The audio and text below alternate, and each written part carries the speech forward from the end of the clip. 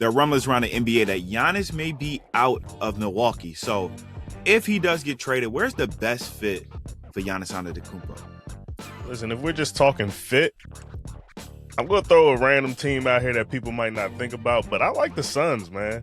I'm curious about what it would look like to see Giannis next to Devin Booker. He wants to play with another star, someone he feels like is capable of elevating their game to his level. Devin Booker is that guy. He's an Olympian. The Suns are 14-11, a surprising start to the season. He could help push them over the top. Yeah, Giannis wants to go to New York, but I actually don't love that fit with the Knicks at all. I think two teams that would be really interesting would be one, the Spurs. Obviously, they formed their roster to cater around Wemby. You have Wemby and Giannis on the floor at the same time. Plus, San Antonio would have to give up some of those guards that they have between Dylan Harper. I think he would stay, De'Aaron Fox, and or Stephen Castle. That's just a lot of dynamic athletes. That's a lot of speed. You can excel in transition. You have height on defense. I think that's the kind of move that puts them right there with Oklahoma City. So I think that would be a blockbuster. But Miami, I think, is one team that might be under consideration here because they completely changed their offense. They want to push pace. They want to get in transition, but teams have been throwing more zone at them. They've lost a few in a row. They've sort of stagnated. The fit Miami needs to do something. Otherwise, they're going to be in the middle of the pack in the East, and they're just not going to compete. Yeah, I'm with you with the Spurs. I think that'll be the most like dynamic duo of him and Wemby. Because at that point, which one is the center? I can put Wemby on the wing and have Giannis basically be my rim protector, or hey, a pick and roll with a 7'6" guy getting a screen from a 7'2" guy. Like that is the most ridiculous 2K setup we'll ever see. So to me, like I would really like for him to go to the Spurs, but I don't know what they're willing to give up because they like every single piece they have. Now, why do we not think that the Knicks would be a good spot for Giannis, even though they're looking like the favorite to land him if he's traded? I mean, I think for me is that you would have to give up Cat. And I think the reason why Cat fits in New York is because of the spacing that he creates. He has kind of unlimited range in the half court. Like he can shoot the ball from wherever, and he tends to make them for the most part. Giannis is not that kind of player. He wants to get the ball and then start running in transition. That's not exactly the kind of fit that I think Mike Brown wants to have with the Knicks. They have gotten quicker over the past couple games, but with Jalen Brunson kind of running the offense, I don't know. Like when the game's on the line, where's the ball, and what does that offense look like? So I don't know. I think Mike Brown would find a way to make it work. I just don't think it's a seamless fit. Yeah, listen, Giannis is so good.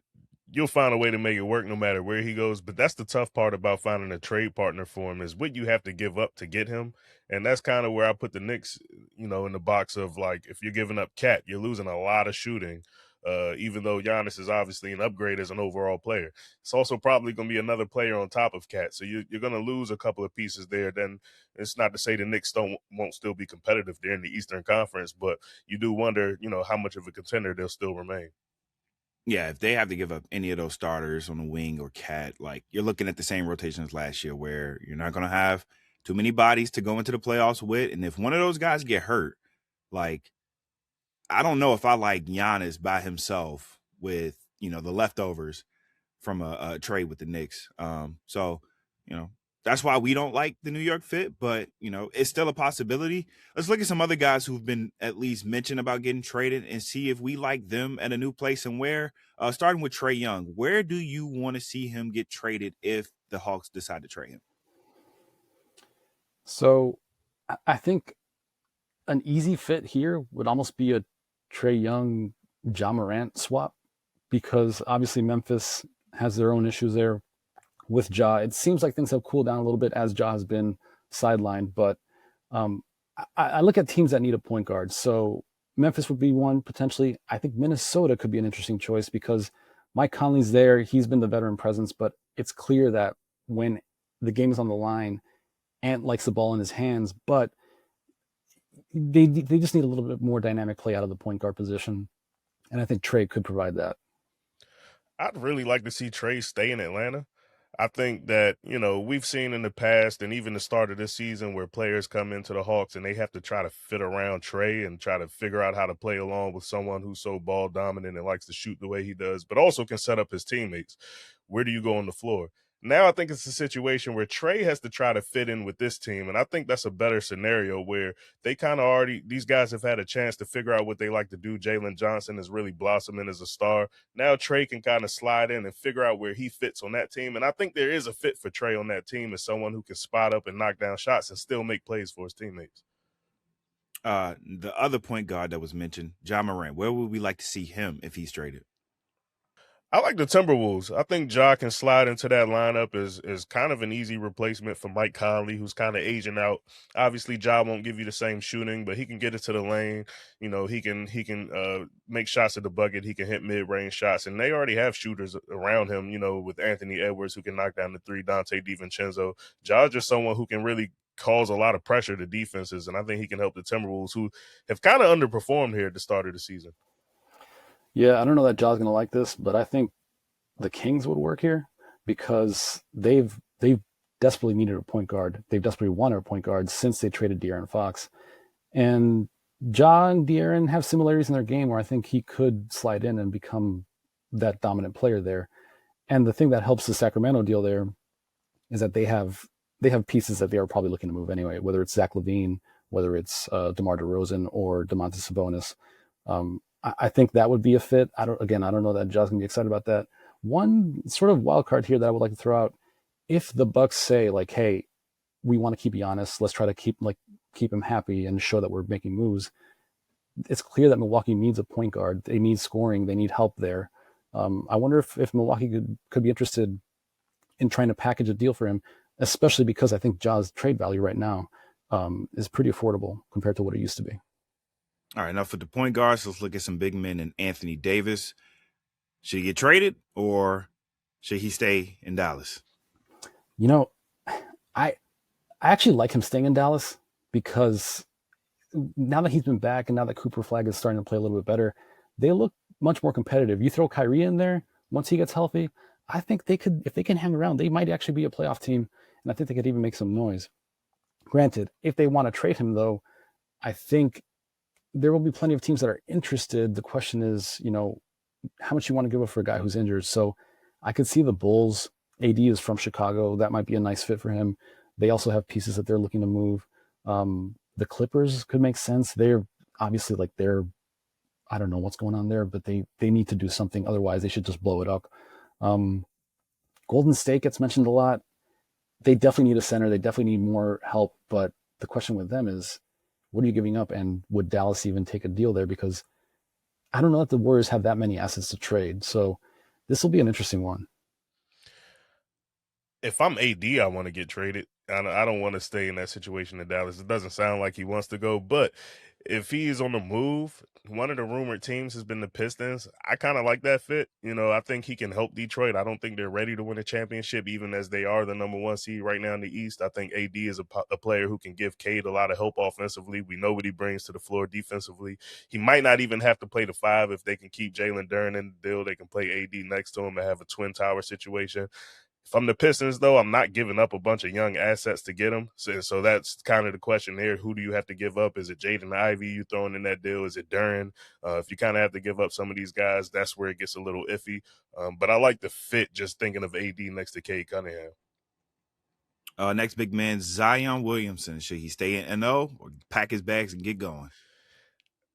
Look, man, I think the Zion New Orleans Pelicans, that fit, that thing has kind of run its course. If you're the Pelicans, you can't keep running this thing back hoping that he'll stay healthy. So I think they should move him. I'm not sure he should go to a contender though. Like if I'm a contender, I'm not trading anything to get Zion, not knowing if he's going to be available. I think he should go somewhere like a Sacramento. Send him to the Kings. That's somewhere he can kind of lay low, work on his game, work on his body. Just focus on being an NBA professional and staying on the floor, reviving your career. Maybe you potentially help the Kings come back up, or maybe they deal you somewhere else later on in the future. Yeah, I agree with Prince here. I think he needs to kind of almost go under the radar here a little bit.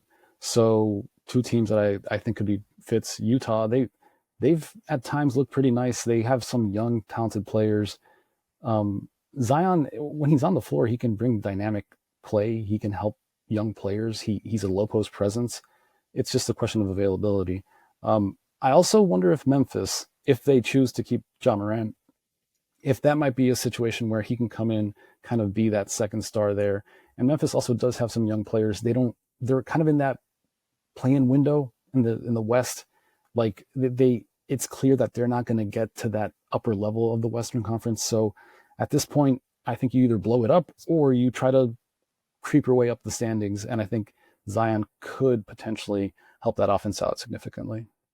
All right, we talked about players who could get traded and destinations they could go. What teams need to be aggressive during this time before the trade deadline to really make that move to compete with, whether it's the Thunder or just in the Eastern Conference? Who's the team that you're looking at?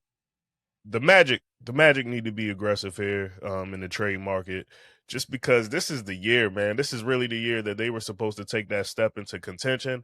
I know injuries, Franz Wagner is hurt again. These things keep popping up, and it makes it hard for them to really find consistency on the floor with their players. But even when everyone's available, they haven't really lived up to their potential. Offensively, they still don't have enough shooting. Desmond Bane is finally stepping it up.